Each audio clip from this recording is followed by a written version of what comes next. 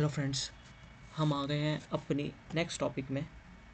ठीक है, जो कि है public nuisance.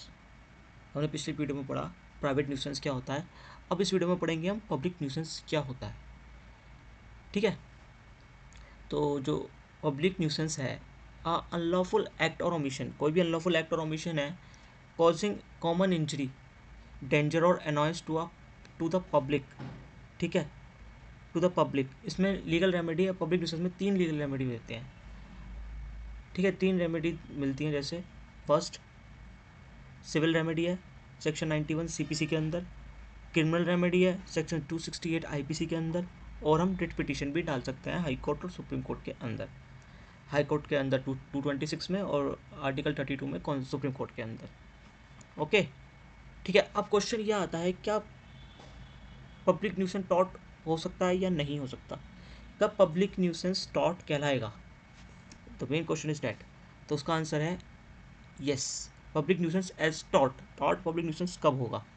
Public nuisance tort तब होगा जब public nuisance primary affect community, जब कम्युनिटी का अफेक्ट कर रहा होगा, but the public but the private right of action is allowed if the plaintiff suffer more injury than the general public. तब ये अलाउड होगा तब सब वो इंजरी, जैसे ट्रैफिक है फॉर एग्जाम्पल, जैसे ट्रैफिक हो रहा है, न्यूसेंस क्रिएट हो रहा है, लेकिन वो सभी के लिए हो रहा है, वो आपके लिए स्पेशल नहीं हो रहा है।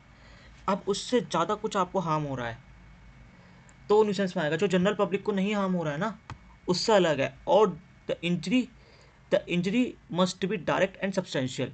जो इंजरी होगी ना, वो must be direct and substantial होगी। एक केस था बेंजामिन वर्सेस टॉर्स, 1874 का केस था ये। Plaintiff suffer direct injury from the obstruction of highways and highways को रोकने के लिए, लेकिन वो अनयूजुअल तरीके से हाईवे पे ऑब्स्ट्रक्शंस क्रिएट कर रहा था।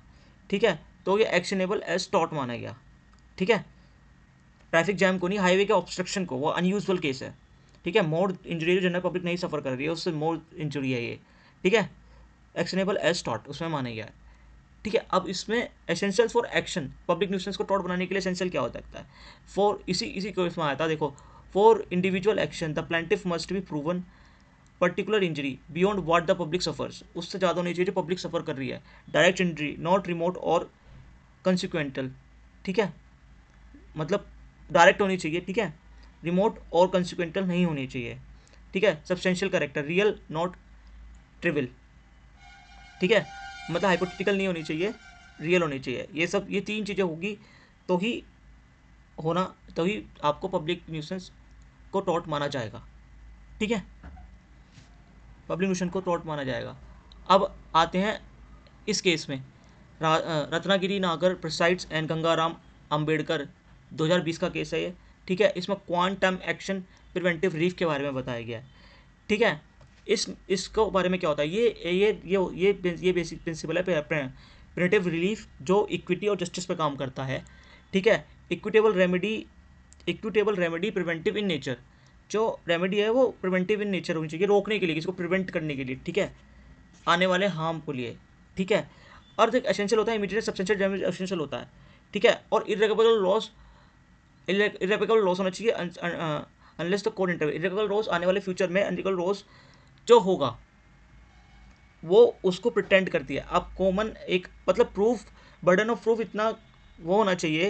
ये एक्चुअल लॉस पे काम करेगा। 2 चीज़ें मेन इंपॉर्टेंट है इसमें, तो इमीडिएट डेंजर होना चाहिए और एक ऐसा लॉस जो कि आप कोर्ट के सामने दिखा सको कि अगर इसे प्रिवेंट नहीं करा गया, अगर इस चीज़ को नहीं देखा गया, तो आने वाले फ्यूचर के अंदर बहुत ज़्यादा न्यूसेंस क्रिएट होगा। ठीक है, when a nuisance is threatened और apprehended but not yet actual. हुआ नहीं है अभी न्यूसेंस, लेकिन आने वाले टाइम में ऐसा न्यूसेंस हो सकता है। आपको ये प्रूव करना पड़ेगा कि एप्रीहेंशन इतना स्ट्रांग होना चाहिए उसे प्रूव करने के लिए कि कोर्ट इसको पब्लिक न्यूसेंस ट्रीट करे। ठीक है, अब इसमें जो रेमेडीज़ दी जाती हैं, अब ये देखो, इसका जो एग्जांपल है ना, वो बेस्ट है। जैसे स्कूल के वैसिटी के स्कूल या कॉलेज के आसपास के एरिया में 100 मील के अंदर में स्मोकिंग की दुकान खुलना। ठीक है, वो कोई न्यूसेंस क्रिएट नहीं कर रहा, उसका राइट है बिजनेस करने का, लेकिन उसका फ्यूचर कॉन्सिक्वेंसेस बहुत ही हार्श हैं। ठीक है, उसके फ्यूचर कॉन्सिक्वेंसेस ऐसे हैं कि न्यूसेंस क्रिएट होना ही होना है। ठीक है, हाँ, स्कूल का फ्यूचर ख़राब होना है, मतलब स्कूल के स्टूडेंट्स का फ्यूचर ख़राब होना है, फॉर एग्जाम्पल है इसका। अब इसमें रेमेडीज क्या दी जाती हैं? रेमेडीज इन न्यूसेंस, इसमें एक लिक्विडेटेड डैमेज होता है, कंपनसेशन और लॉस, इसका एप्रीहेंट, अबेटमेंट और abatement, self help, removal nuisance by injured party.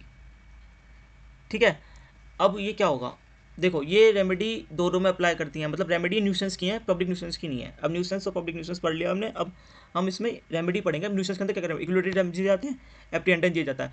अब इसमें अबेटमेंट ये होता है कि आपकी मतलब पड़ोसी की कोई पड़ोसी ने कोई ट्री उगा रखा है अपने घर में, उसके ब्रांचेस आपके घर में भी आ रही हैं। ठीक है, तो over hanging mango trees cases, देखा एग्जाम्पल दे रखा, cutting a branches not liable. अभी जैसे पी है, उसने आपके यहाँ पी का एक पी है और एक एस है। पी ने अपने घर में ट्री, उसके घर में ट्री है मैंगो का, ठीक है, उसके ब्रांचेस आपके यहाँ आ रही हैं।